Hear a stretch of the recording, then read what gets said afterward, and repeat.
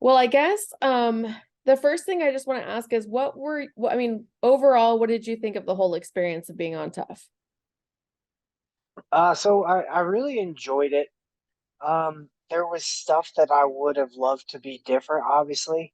But it was a cool experience. It was something, you never think in a million years that you'll get to do. So getting picked to do it was, I mean, it's an honor for one. And for two, it was really cool, getting to be a part of something that's going to be on ESPN and that the UFC is putting on something I've been wanting to be on for the last 11 years of my life. So it was a great, it was an honor for one. And then for two, it was just really cool. Um, was there anything I've been asking all the guys if there was anything that that they cut out that you had wished that they had put in? And I know we haven't seen the whole season yet, but is there anything that like, oh, that happened, episode one and we didn't get to see it? So the one that I had been, look here, the other one too. Oh, yay. So, Kitty.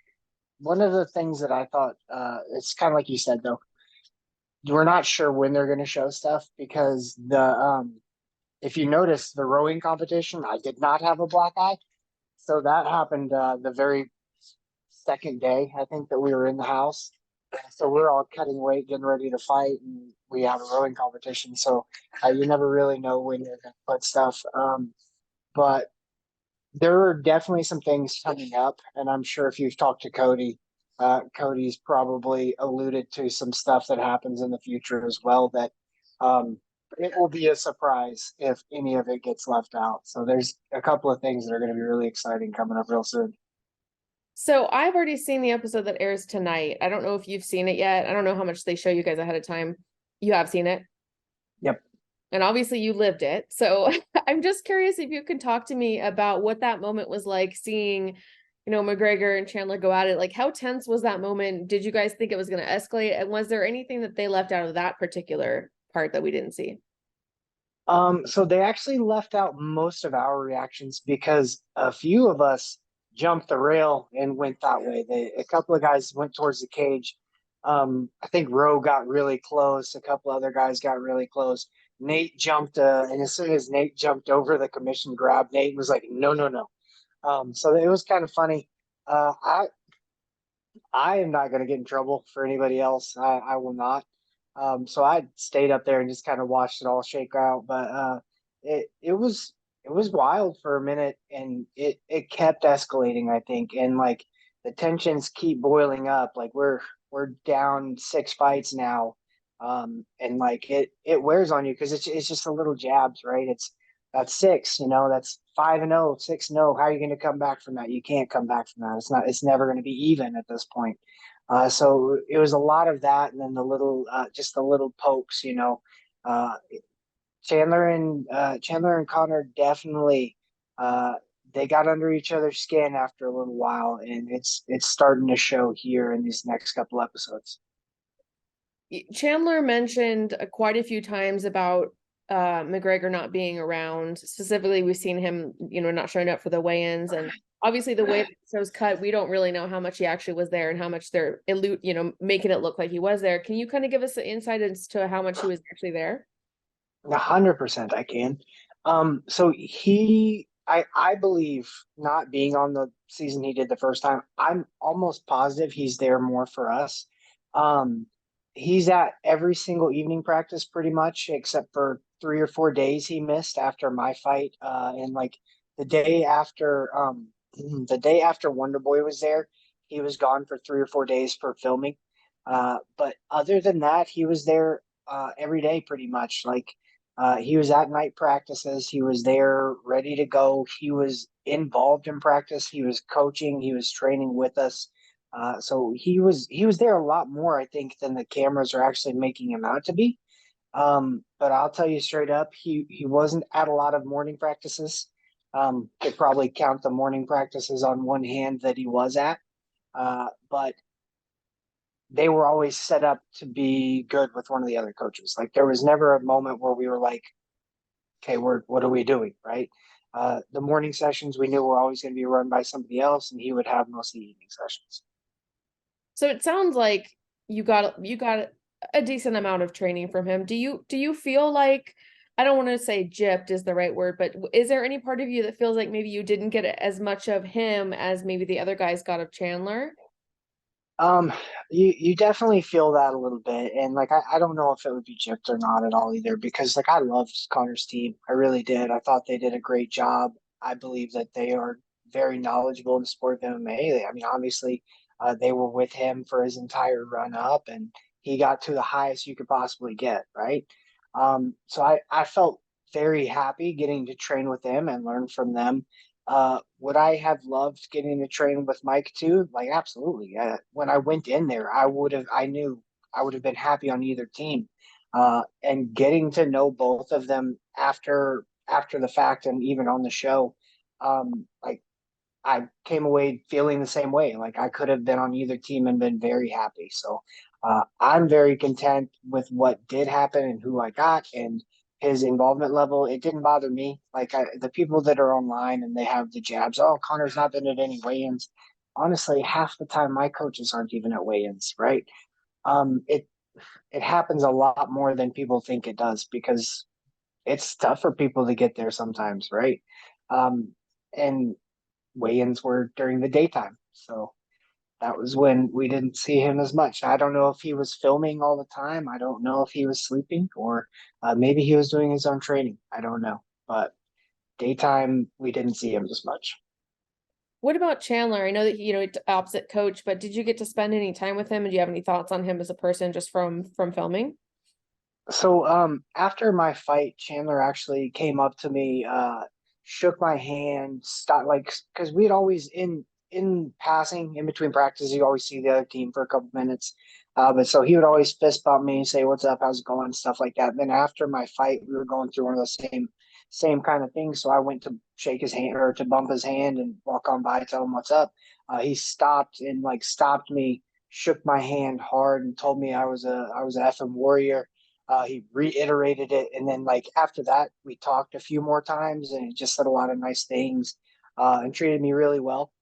So I got a little salty at him watching the episode when he was coach speaking with Austin, and then I was like, and he had made a post about me being older than Austin, and I was like, why are you talking trash about me now when we were so cool when we were there, right? And like he he talked to me after. He was like, I wasn't talking trash. I just was notating that like you were older than Austin. I was not trying to kick you while you're down. And he reached out immediately and talked to me, and we smoothed it out, and everything's been cool since then. But like I really like him. I really do. Like I would love to go train with him sometime in Florida. Just like I'd love to go train with Connor in Ireland or Vegas or wherever he is on the West Coast whenever he comes out. Do you feel like you were portrayed correctly on the show? Do you feel like there was anything about maybe the way they portrayed you either as a fighter or as a person that you didn't like or you wish they'd shown more of or less of or anything like that?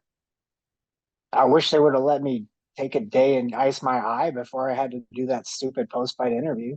That would have been nice. Uh, but no, that was pretty true to life, right? There was one guy that I saw he was reacting and he thought I was boring and thought that he like, oh, he's just hanging out with his wife and his dog. You know, that's who I am. I hang out with my wife, my dogs, and the cats, and uh, I'm a very respectful fighter. I don't feel the need to talk trash. I knew Austin was going to be good. I knew it was probably going to be the hardest fight there. And so, like, everything I said was stuff I said. I That was me. That was who I am. I'm real appreciative of everybody around me. I'm appreciative of you for reaching out to speak with me. So Well, I appreciate the time. It's interesting to hear your guys' perspectives, especially as it's airing.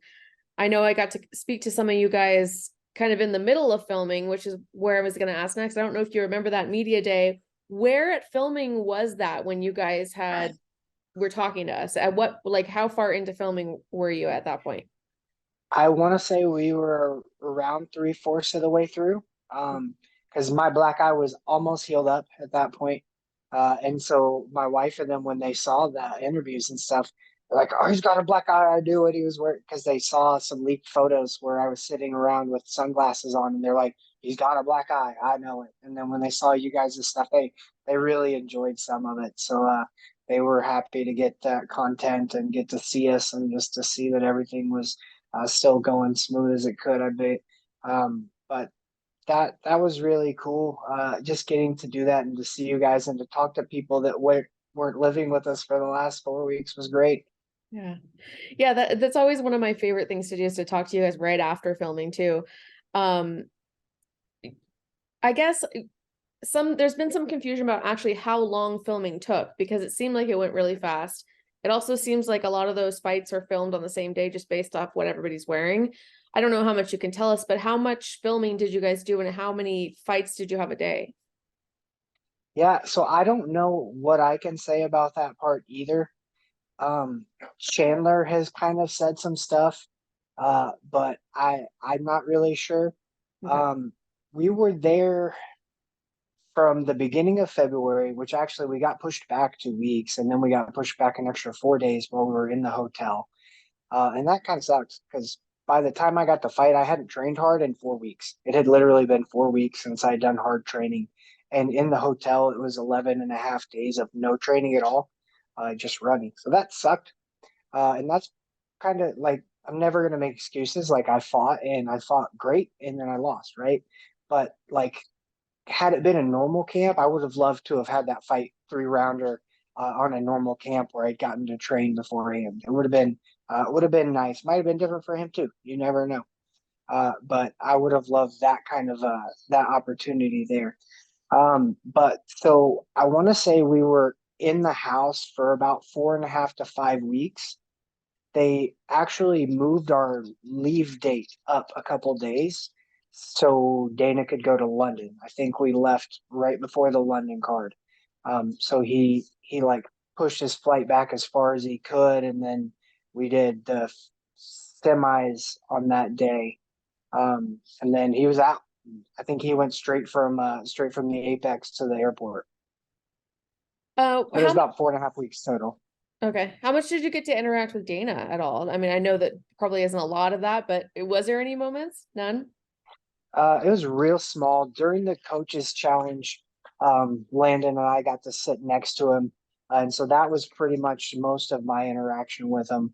And I mean, he's cool then, right? He mostly kept to himself, right? But he said nice things to us in passing and things like that. It is very much an era of you guys are working for me. Like you can talk to me later at some point if you're lucky. But he seemed fine. I don't know. And I guess my last question for you is, and I know you may not have the answer to this yet, but what's next for you? Are you hoping to get on a card? I know that they sign a lot of you guys to, for one fight after. Do you have any kind of inkling of what might be next for you? I have no clue at this point. I'm pretty much down for whatever. Whenever the season ends, if they call me up, I want to be in, right? I don't have a lot of time to run around and go win 4 or 5 more fights, unfortunately.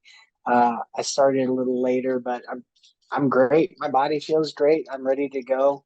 And I am still, I think, in my fighting prime. All the people on top were all about the same age. But if I got to go beat a couple of more people up before they call me, I'm going to go try and beat them up as fast as I can. I've unfortunately been stuck with some crummy circumstances and having really hard time getting opponents. Like I got hosed so often that I was fighting twice a year, and it wasn't because I only wanted to fight twice a year.